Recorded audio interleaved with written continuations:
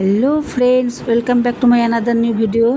বন্ধুরা, আজকেও আমি আমার লাঞ্চের খাবার তোমাদের সঙ্গে শেয়ার করবো বলে চলে এসেছি।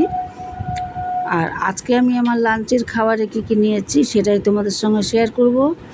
দেখো, এখানে নিয়েছি ভাত, ডাল শুকনো, পাট শাকের ঝোল শাক, আর এখানে নিয়েছি ডাঁটা, মিষ্টি কুমড়া, আলু দিয়ে চিংড়ি মাছের কারি, আর এখানে পাকা আমের চাটনি।